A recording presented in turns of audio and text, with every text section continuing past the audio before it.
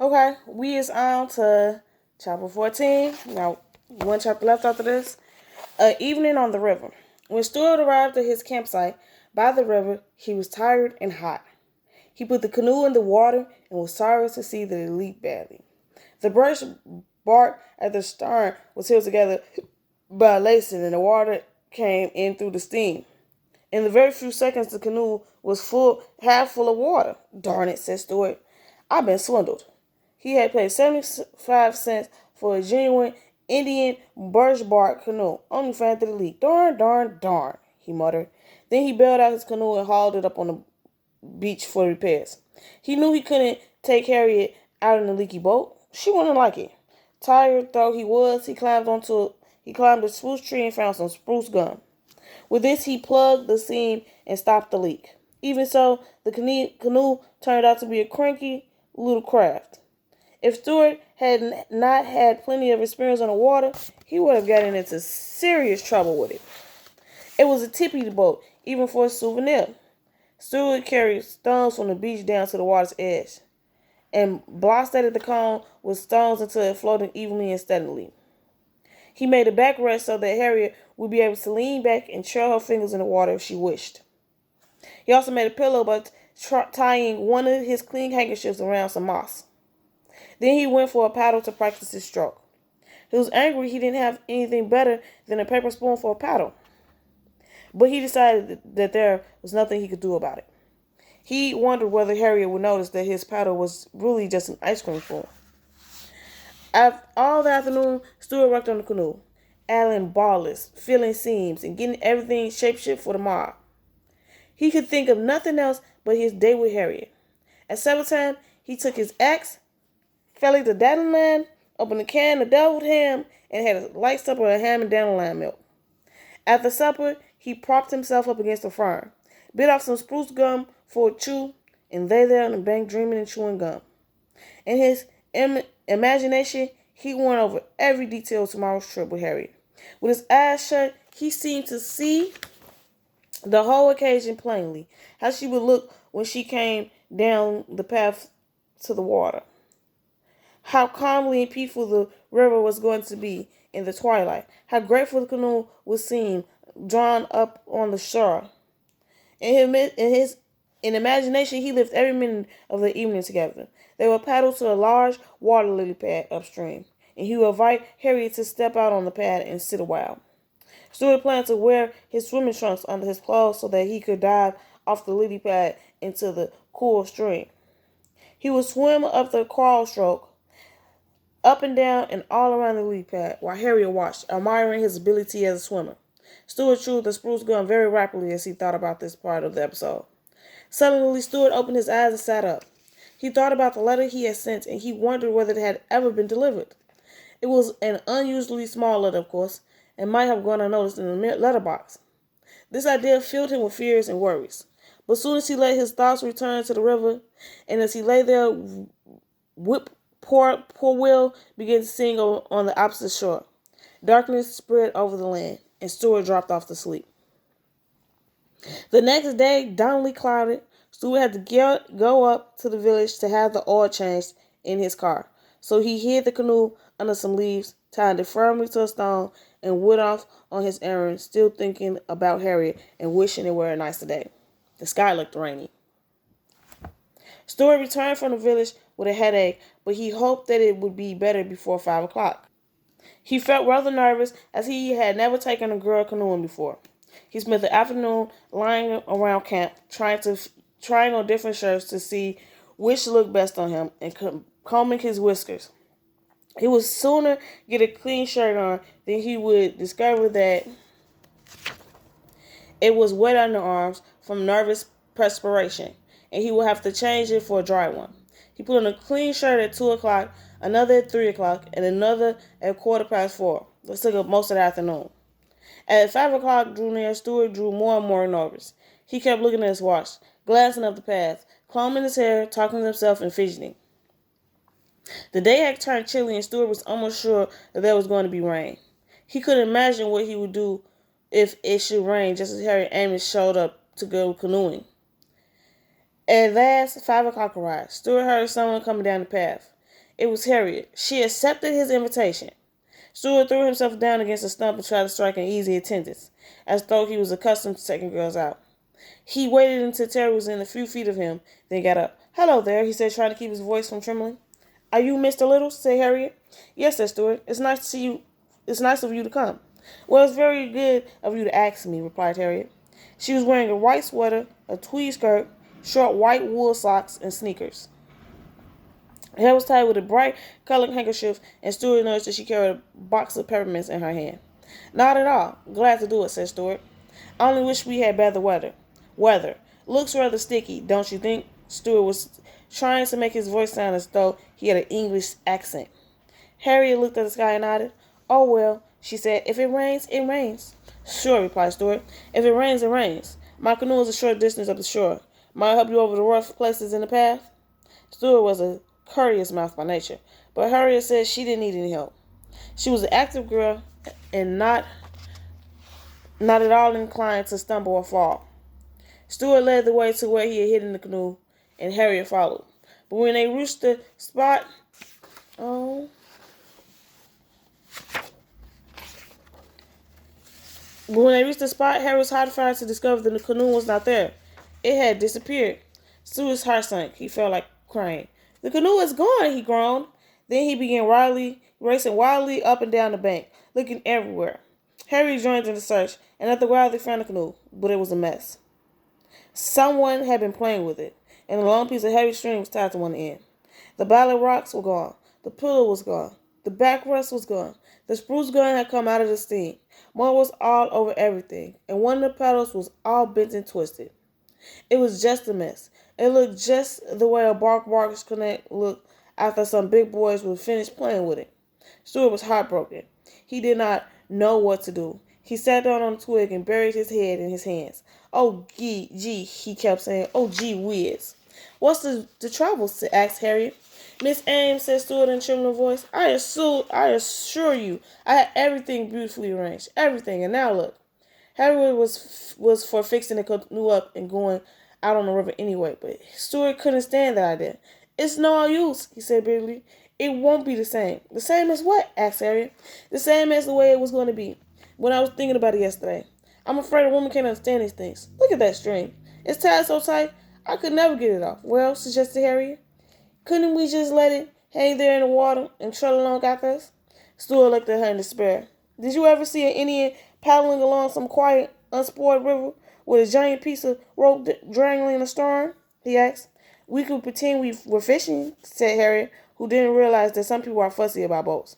"I don't want to pretend I'm fishing," cried Stuart desperately. "Besides, look at that man. Look at it," he was screaming out. Harriet sat down on the twig beside Stuart. She offered him a peppermint, but he shook his head. "Well," she said, "it's starting to rain, and I guess I better be running along if you're not going to take me paddling in your canoe. I don't see why you have to sit here and soak. Would you like to come up to my house? After dinner, you could take me to the dance at the country club. It might cheer you up." "No, thank you," replied Stuart. "I don't know how to dance. Besides, I plan to make an early start in the morning. I'll probably be on the road at daybreak." "Are you going to sleep out in all this rain?" asked Harriet. "Certainly," said Stuart. "I'll crawl in under the canoe." Harriet shrugged her shoulders. "Well," she said, "goodbye, Mr. Little." "Goodbye, Mrs. Amos," said Stuart. "I'm sorry our evening on the river had to end like this." "So am I," said Harriet. And she walked away along the wet path toward Lacey's Lane, leaving Stuart alone with his broken dreams and damaged canoe. Oh man, he could have took that little girl out. He took her out. He could have took her out. Why he playing with her? What'd she do to him? Okay, our next book is Star Girl by Jerry Spinell. Is everybody a damn Jerry? Porcupine neckties. When I was little, my Uncle Pete had a necktie with a porcupine painted on it. I thought that necktie was just about the neatest thing in the world. Uncle Pete would stand patiently before me while I ran my fingers over the silky surface, half expecting to be stuck by one of those quills. Once he let me wear it. I kept looking for one of my own, but I could never find one. I was 12 when we moved from Pennsylvania to Arizona. When Uncle Pete came to say goodbye, he was wearing a tie. I thought he did so to give me one last look at it, and I was grateful. But then, with a dramatic flourish, he whipped off the tie and draped it around my neck. "It's yours," he said. "Going away present." I loved that porcupine ties so much that I decided to start a collection. 2 years after we settled in Arizona, the number of ties in my collection was still one. Where do you find a porcupine necktie in mossy Arizona, or anywhere else for that matter? On my 14th birthday, I read about myself in the local newspaper. The family section ran a regular feature about kids on their birthdays, and my mother had called in some info. The last sentence read, as a hobby, Leo Burlock collects porcupine neckties. Several days later, coming home from school, I found a plastic bag on our front step. Inside was a gift-wrapped package tied with yellow ribbon. The tag said, happy birthday. I opened the package. It was a porcupine necktie. Two porcupines were tossing darts with their quills, while a third was picking his teeth. I inspected the box, the tag, and the paper. Nowhere could I find the giver's name. I asked my parents. I asked my friends. I called Uncle Pete. Everyone denied knowing anything about it. At the time, I simply considered the episode a mystery. It did not occur to me that I was being watched. We were all being watched. I really think that I could finish my book in this chapter and go ahead and do what I was supposed to do in my third video. Tilly could see it from her porch, but Bonnie had to venture a little ways into the green behind her house. Many folks in the Three Sisters had the waters in common. Bonnie could walk through the woods and find more than a half dozen dwellings along the 12-mile path that touched on or near the banks. As a child, she had collected baskets of loganberries, wild grapes, or permissions from her neighbors. She would knock on their back doors and they'll give her a nickel for a basket. Some of the family still lived in those houses, though generations had changed. Laura Flocker resided in the house closest to Bonnie. She had taken over the deed from her mama.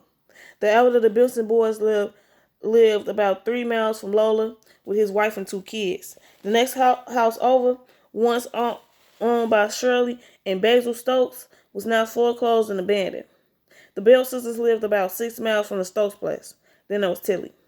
Bonnie started when Miss Idle shook her arm. The women's voices had become a background hum in the room, their laughter like dry echoes. Bonnie had to adjust her eyes from the bright sunlight outside. You with us, Bonnie? Laretha asked. Beg pardon, Bonnie said. Tylee shook her head. I sure we ain't the most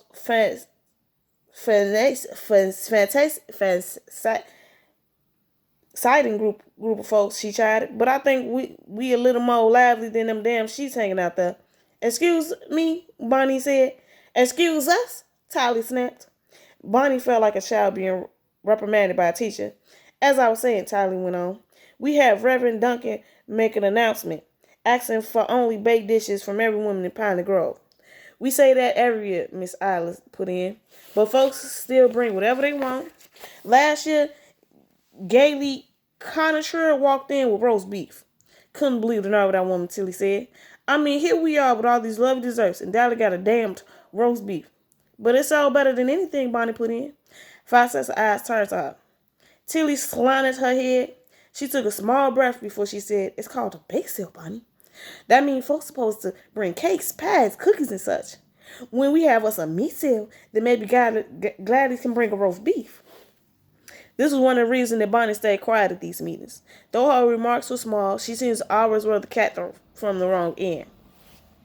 She looked outside again. The sheet on the line had separated from the branch of the kapar tree. The pink glow disappeared and the yard looked pale and normal. Bonnie heard the rustle of Naz's truck, then saw his bumper as it stopped at the side of the house. He was a bit early, yet to her, he was right on time. Will you ladies please excuse me, Bonnie said, hooking the strap of her purse on her forearm. I need to leave early today. Don't forget about the next meeting at the lodge, Olive called to Bonnie. Deputy Pine will be there next week. He still don't know nothing, Laretha said. Maybe they'll have found something by next week, Miss Adeline said. Pine can't find the nose on his face, Laretha put in.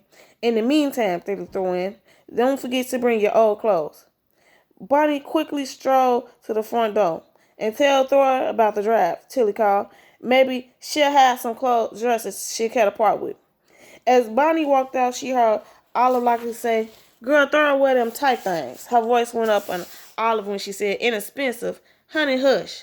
Tilly put in. Hell, if I know how Horace can afford, that's when Bonnie closed the door behind her. Okay. How you feeling some type of way? How? Let us know. Please. Tell me. Bonnie did mad shopping for the older members of Pineley Grove Church. The hard part was making out the chicken scrawl from the woman's shopping list. That a number 7 or 9, she asked Thor. Look like a foe? Thor glanced at the paper again. Gotta be a foe, cause Flortella can't eat no 9 green tomatoes all by herself. Old lady like that will get the injection something bad. You probably right. I'm gonna leave you with your old lady writing, Thor said, heading toward the jewelry and makeup section, and I'll meet you in Fabric. Flat lever? Bonnie called out. She usually ended up doing the food shopping alone. Horse and Ass had long since abandoned the woman to the bait and tackle section of the store. Bonnie stood at the top of the long produce aisle and marveled at the colors of fresh peaches, oranges, and squash. As a child, she loved shopping at the big boy buy with her mother. While most children went wild over Sycamore's Toy Palace, just 3 doors down, Bonnie had always loved the food market. The colors of fresh vegetables and the scent of ground coffee tantalized her. Everyone in the Three Sisters shopped at the big buy. Second from church, it was a place to see folks that Bonnie hadn't seen in a while. She rode her buggy past the produce and down the aisle lined with sweetgrass and palomino leaf baskets. Okay, I'm going to stretch it out, y'all. I'm going to stretch it out.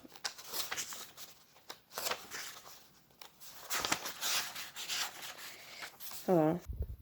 She nodded at the elderly man browsing a short handle and bread baskets. He wore glasses so thick that Bonnie wondered if he could see. She turned on a shelf with large egg baskets. Bonnie ran her hand down the prickly inside of a pine needle pie carrier, then spotted a huge white wicker basket, perfect for filling with yarn and clean towels. But alas, at $7, Nash would surely say the basket was too dear. Bonnie Nash said, approaching his wife, me and Horace finna go on over to the hardware store. Okay, honey. Hey there, the old man said to Nash. He still had a set of sweetgrass coasters in his hand. The man couldn't take his eyes off Nash, and Bonnie recognized that look. Every once in a while, someone still recalled her husband from his baseball days. Nash tended to shy away from folks to recognize him because they always wound up gushing. I know who you are, the man said, scolding as he looked up at Nash. Bonnie smiled at her husband, shrunk from the attention. You Justice, the old man said. Excuse me, Nash said. Justice, the old man repeated. From Lucky's place. I'm sorry, sir, Bonnie said politely, but you must have had the wrong person. The old man peered over the top of his glasses and pushed them on his nose. Another look, he finally said, pardon me, sir. That's all right, old timer, Nash said, patting him on the shoulder. The old man put the coasters back on the shelf. Well, y'all hear yourself a Nash day, he said as he hobbled up the aisle, then joined a middle-aged woman, perhaps his daughter. Sweet old fella, Bonnie said. Probably recognized from baseball and just messed up your name. I'll show, Nash said. Look, honey, I'll meet you at the car. I'm finna join Horace over at the hardware store. Okay, she replied. And don't forget to get them washers to fix the bathroom sink. Nash kissed her cheek and left. Bonnie glanced at her shopping list again. She managed to make out Annie Frank's half-pound of chopped cheddar cheese, sliced slab bacon, and it seemed to say bottle of citric acid. Anna had also given Bonnie a swatch of blue green gram cloth to match in the fabric section. She wheeled her cart toward the rims of material stacked against the wall. Packs of button, lace, and bric-a-brac were stacked on the shelf. What you got here? Kitty Wooden called out. The woman wasn't rude, but never quite bothered with niceness like hello or goodbye. Katie had worked at the Big Bath for as long as Bonnie could remember, and most of the Three Sisters had long since gotten over being offended by her brash manner. Her thin brown face spotted with tiny fresh moles always seemed pinched in thought. A pastoral carnation, which she wore in even the hottest weather, had its sleeves rolled up on her skinny arms. When in her 60s, Kitty had been here when Bonnie had shopped with her mother and daddy years ago. Kitty would often remind Bonnie about how she bought a bin of navel or oranges to the house during Eleanor's wake. For Anna Ray, right? Kitty asked, raising her silver frame glasses to look at the swatch. You surely know your customers, Bonnie said. I remember Anna first bought that fabric, Caddy pulled out a rim of the same material. Had to be 127 years ago. Kitty made jokes, but never even cracked a smile. How much she need? Enough for Mindy. I cut her a quarter, Kitty said. And she need more? Y'all got any line? The young woman interrupted. Kitty pulled her head back. I'm up in the customer here, miss, she snapped. It's okay, Bonnie said. No, it ain't neither, Kitty huffed. The woman moved away quickly. Kitty called out, young girls just the rules they want to be. Times have changed, Bonnie and Alice. Ain't changed that much. Kitty unfolded a half foot of the fabric and began to cut with sharp shears. My mom would have slapped my ear. She pointed at Bonnie with the scissors and said, your daddy would have done the same thing too. Am I right or wrong? That is the truth, Bonnie chuckled. Kitty separated the panel of cut fabric from the rim. And look at that one. She pointed her chin at another young woman. The round-faced woman in a blue blouse and old denim jeans looked weary. She had Tyler in her arms, a little girl on the floor beside her feet, and an older boy of about 10 pushing the buggy. Still another small girl sat on the counter beside a mound of ripe oranges. Po thing, Bonnie said. She seemed overwhelmed. Seemed like she needed to cross her legs sometimes, Bonnie. Kitty shot back. Lord, Kitty, Bonnie blushed. She watched the woman frantically search through a purse with one broken shoulder strap.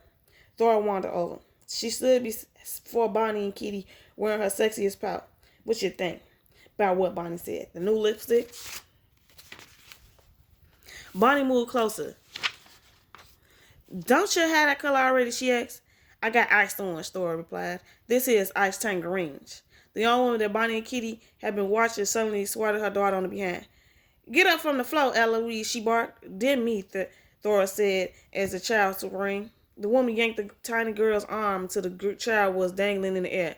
Ain't supposed to be rolling on the damn floor, the woman hollered. See there? Thora said. That's why I ain't got no kids.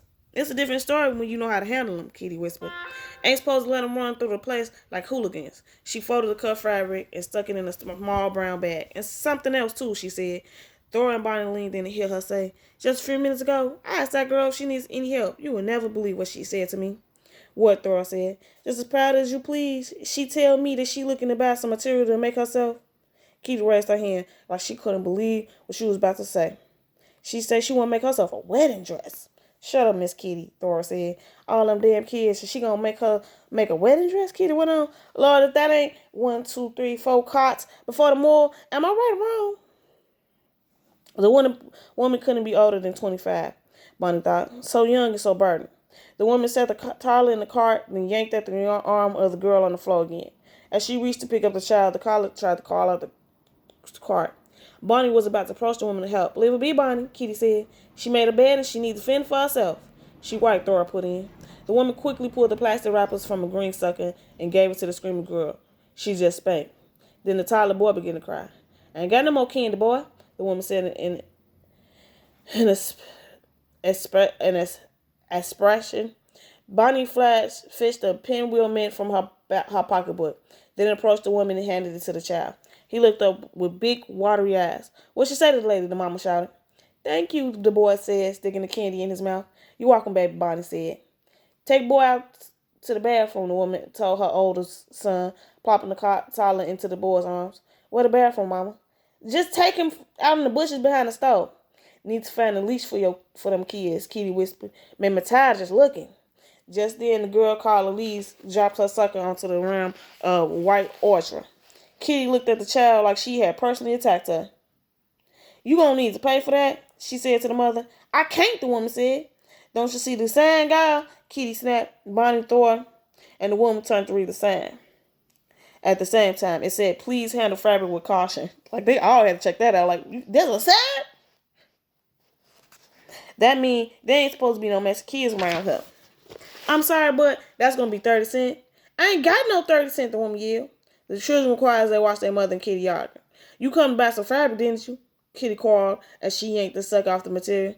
So you making yourself a wedding dress? The little girl screamed until Kitty handed the candy back to her. I come to look at some fabric. What am I supposed to tell my boss when he see this? I'll pay the 30 cent Bonnie offered. You ain't got to do that, the woman told her. You need to be thankful, Kitty barked. Bonnie dug into her change purse, annoying them both. This time, the woman didn't protest. She simply nodded her thanks. Moments later, the older boy returned to his brother. Hold your sister's hand, Leah, she ordered. And Elise, You keep on crying, and I'm gonna give you something to cry about. The woman left the stove, her children falling like a row of small ducks. Damn shame, Kitty said, shaking her head. Little mama looked like she ready to go down to the creek her damn self. Now Kitty, throw a rebuck. Lord forgive me, but y'all know what I mean. As spiteful as Kitty's remark was, Bonnie understood her point. The woman was overwhelmed. And if she couldn't handle a visit to the market with her folk kids, what could her home life be? Bonnie's thoughts came back to blessings. She often wondered about who was blessed with what and why. This girl, so burdened with less than a pot to piss in, was blessed fourfold. And Bonnie, without space in her heart, even more room in her home, remained childless. Bonnie stood in the large window of the big bag and watched the woman load her children into the open back of an old truck. Who gets what and why? How were these decisions made? She felt for this mother in her poverty and helplessness. And maybe this was one of Bonnie's blessings. She couldn't do a damn thing for the young woman, but at least she cared. Oh, I feel like if y'all pick start, if that book gonna go back quick because the chapters are short, but that's what that's for. And we got one more video to do, y'all. One more video to do, and y'all gonna be like, all right. So, oh no, I'm later today. They ain't even started.